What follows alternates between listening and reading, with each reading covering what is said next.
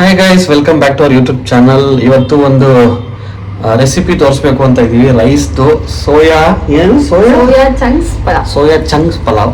So ನಮ್ಮ wife ಕುಕ್ಕು ಹೆಂಗ್ ಮಾಡ್ತಾರೆ ಅಂತ ನೋಡೋಣ. ಚೆನ್ನಾಗಿ ತೋರಿಸ್ತೀರಾ?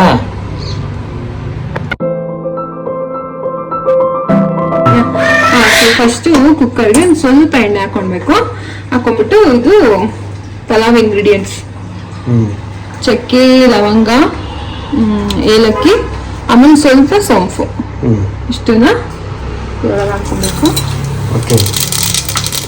ಹಾಕೊಂಡ್ಮೇಲೆ ಚಟಪಟ ರಾಹುಲ್ ಸ್ವಲ್ಪ ಕಡೆ ಆಮೇಲೆ ಸ್ವಲ್ಪ ನಿಮ್ ಖಾರ ಎಷ್ಟು ಬೇಕೋ ಅಷ್ಟು ಗ್ರೀನ್ ಚಿಲ್ಲಿ,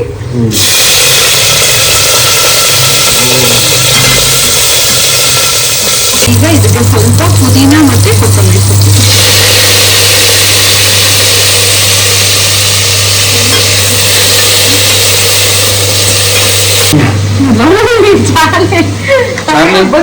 ಏನ್ ಬೇಕು ನಿಂಗೆ? ಟೊಮೊಟೊ ಬೇಕಾ?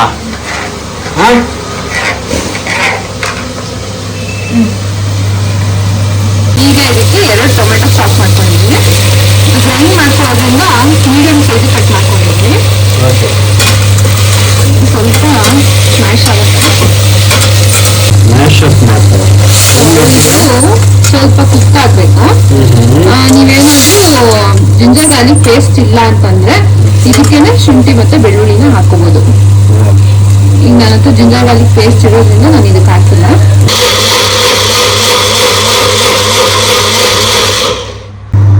ಈಗ ಇದೇ ಕುಕ್ಕರ್ಗೆ 1 ಸ್ಪೂನ್ ತುಪ್ಪ ಹಾಕ್ತಾ ಇದ್ದೀನಿ. ಸ್ವಲ್ಪ ಎಣ್ಣೆ ತುಪ್ಪದ ಮಿಶ್ರಣ, ಸ್ವಲ್ಪ ಜೀರ. ಈಗ ಇದಕ್ಕೆ 1 ಪಲಾವ್ ಎಲೆ ಹಾಕ್ತಾ ಇದ್ದೀನಿ. ಪಲಾವ್ ಎಲೆ ಅಂತ ಯಾಕೆ ಕರೀತಾರೆ ಅದನ್ನ? ಪಲಾವ್ ಎಲೆ, ಬಿರಿಯಾನಿ ಎಲೆ, ಏನ್ ಬೇಕಾದ್ರೂ ಅನ್ಬೋದು. ಏನಕ್ಕಂದ್ರೆ ಅದಕ್ಕೆ ಜಾಸ್ತಿ ಯೂಸ್ ಮಾಡ್ತೀವಿ, ಅದಕ್ಕೆ. ಒಳ್ಳೆದೆಲೆ ಬಿಟ್ಟರೆ ಇದೇ ಫೇಮಸ್. ಈಗ ಮೇನ್ ಇಂಗ್ರೀಡಿಯೆಂಟ್ ಬಂತು, ಈರುಳ್ಳಿ. ಬೆಳ್ಳುಳ್ಳಿ ಕಬಾಬ್ ಮಾಡಿದ್ರೆ ಇದು ಈರುಳ್ಳಿ ಸೋಯಾ ಚಂಕ್ ಬಿರಿಯಾನಿ. ಈರುಳ್ಳಿ ಮೀಡಿಯಂ ಹಾಕ್ತಾರೆ.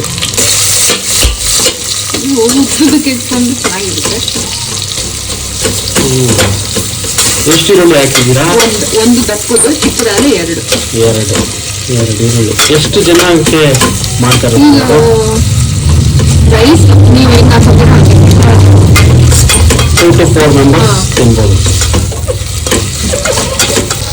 ಜಿಂಜರ್ ಗಾರ್ಲಿಕ್ ಪೇಸ್ಟ್ ಹಾಕ್ತಾ ಇದ್ದೀನಿ.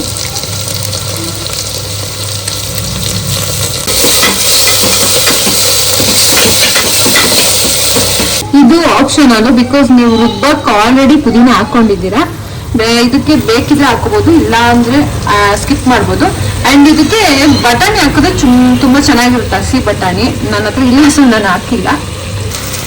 ಈಗ ಗ್ರೈಂಡ್ ಮಾಡ್ಕೊಂಡಿದ್ವಲ್ಲ ಮಸಾಲೆ, ಅದನ್ನ ಹಾಕ್ತಾ ಇದ್ದೀನಿ. ಈಗ ಫುಲ್ ಮಿಕ್ಸ್ ಮಾಡ್ಬೇಕಾ?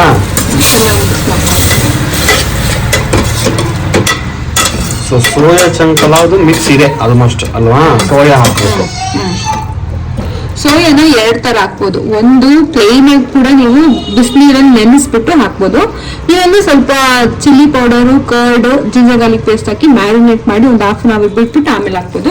ನಾನು ಹಂಗೆ ಪ್ಲೇನ್ ಹಾಕ್ತಾ ಇದ್ದೀನಿ, ಬಿಕಾಸ್ ಮಸಾಲೆ ತುಂಬಾ ಜಾಸ್ತಿ ಆದ್ರೆ ಚೆನ್ನಾಗಿರಲ್ಲ ಅಂತ ಅಂದ್ಬಿಟ್ಟು. ಚೆನ್ನಾಗಿ ಮಿಕ್ಸ್ ಮಾಡಬೇಕು. ಅದು ಸ್ವಲ್ಪ ಮಸಾಲೆ ಎಲ್ಲ ಹಿಡಿಬೇಕಾಗುತ್ತೆ. ಸೋಯಾ ಚಂಕ್ಸ್ ಹೆಲ್ತ್ ಒಳ್ಳೇದು ಅಂತಾರಲ್ಲ? ಹೌದು, ಇದು good source of protein, especially for vegetarians. Non veg ಏನು ತಿನ್ನಲ್ಲ ಅನ್ನೋರ್ಗೆ ಇದು ಒಳ್ಳೆ ಪ್ರೋಟೀನ್ ಸೋರ್ಸ್, ತುಂಬಾ ಚೆನ್ನಾಗಿರುತ್ತೆ. ಓಕೆ, ಆಲ್ಮೋಸ್ಟ್ ಮಿಕ್ಸ್ ಇದೆ, ಘಮ ಘಮ ಅಂತ ಇದೆ ಫುಲ್. ಇವಾಗ ಸ್ವಲ್ಪ ಬಿರಿಯಾನಿ ಮಸಾಲ ಹಾಕ್ತಾ ಇದ್ದೀನಿ.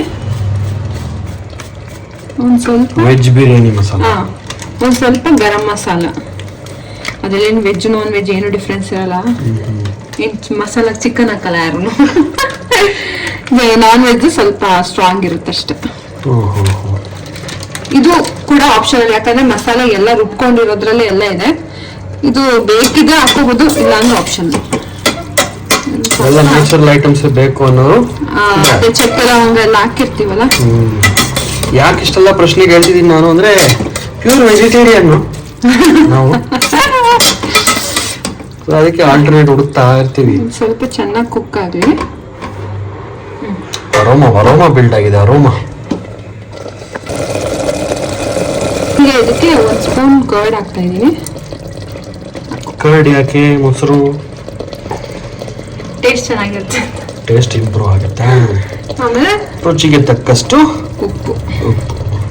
ಸಾಲ್ಟ್ ಕಮ್ಮಿನೇ ಹಾಕೊಂಡಿರಿ, ಕಮ್ಮಿ ಆದ್ರೆ ಬೇಕಾದ್ರೆ ತಿರ್ಗಾ ಹಾಕೋಬಹುದು, ಜಾಸ್ತಿ ಆದ್ರೆ ಏನು ಮಾಡಕ್ಕಾಗಲ್ಲ.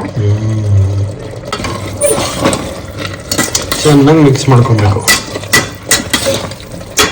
ಇನ್ನೇನು ರೈಸ್ ಒಂದು ಹಾಕಿ ಇದೆ, ರೈಸ್ ಹಾಕ್ಬಿಟ್ಟು ಕೂಗ್ಸೋದಷ್ಟೇ. ಈಗ ನಾನು ಇದಕ್ಕೆ 2 ಕಪ್ಸ್ ರೈಸ್ ತಗೊಂಡಿದ್ದೀನಿ. 2 ಕಪ್ ರೈಸು 2 ರಿಂದ 4 ಜನಕ್ಕೆ ಸಾಕಾ? ಇಲ್ಲ, 3 ರಿಂದ 4. 3 ರಿಂದ 4 ಜನಕ್ಕೆ ಸಾಕು. ಚೆನ್ನಾಗಿ ತಿನ್ನೋರಾದ್ರೆ 2, ಮೀಡಿಯಂ ಆದ್ರೆ 3 ರಿಂದ 4 ಜನ. ಚೆನ್ನಾಗಿ ಬೇಯಿಸ್ಬಿಟ್ಟು ಎಷ್ಟು ವಿಸಿಲ್ ಕೂಗಿಸ್ಬೇಕು? ಇದು ಡಿಪೆಂಡ್ಸ್ ಆನ್ ರೈಸ್, ನೀವು ಯಾವ ರೈಸ್ ಯೂಸ್ ಮಾಡ್ತಿದ್ದೀರಾ ಆ ರೈಸ್. ನಾನು ಇಲ್ಲಿ ಬುಲೆಟ್ ರೈಸ್ ಯೂಸ್ ಮಾಡ್ತಾ ಇದ್ದೀನಿ. ಆಮೇಲೆ ನೀರನ್ನು ಸ್ವಲ್ಪ ನೋಡ್ಕೊಂಡು ಹಾಕಿ, ಯಾಕಂದ್ರೆ ಮಸಾಲೆಯಲ್ಲಿ ಎಲ್ಲ ನೀರಿರುತ್ತೆ ಸ್ವಲ್ಪ.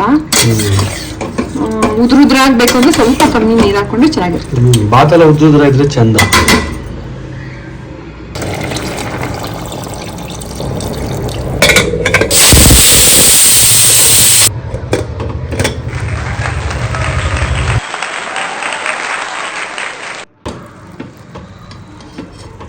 ರೆಡಿ ಬಿಸಿ ಬಿಸಿ ಘಮ ಸೋಯಾ ಚಂಕ್ಸ್ ಬಿರಿಯಾನಿ ಅನ್ಬೇಕಾ ಪಲಾವ್ ಅನ್ಬೇಕಾ?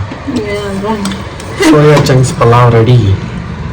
ರೂಢಿಯಾಗಿ ಮಾಡಿದ್ರೆ ಸೂಪರ್ ಆಗಿ ಬರುತ್ತೆ, ಒಳ್ಳೆ ಅರೋಮಾ.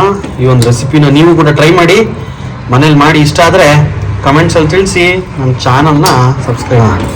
ಓಕೆ,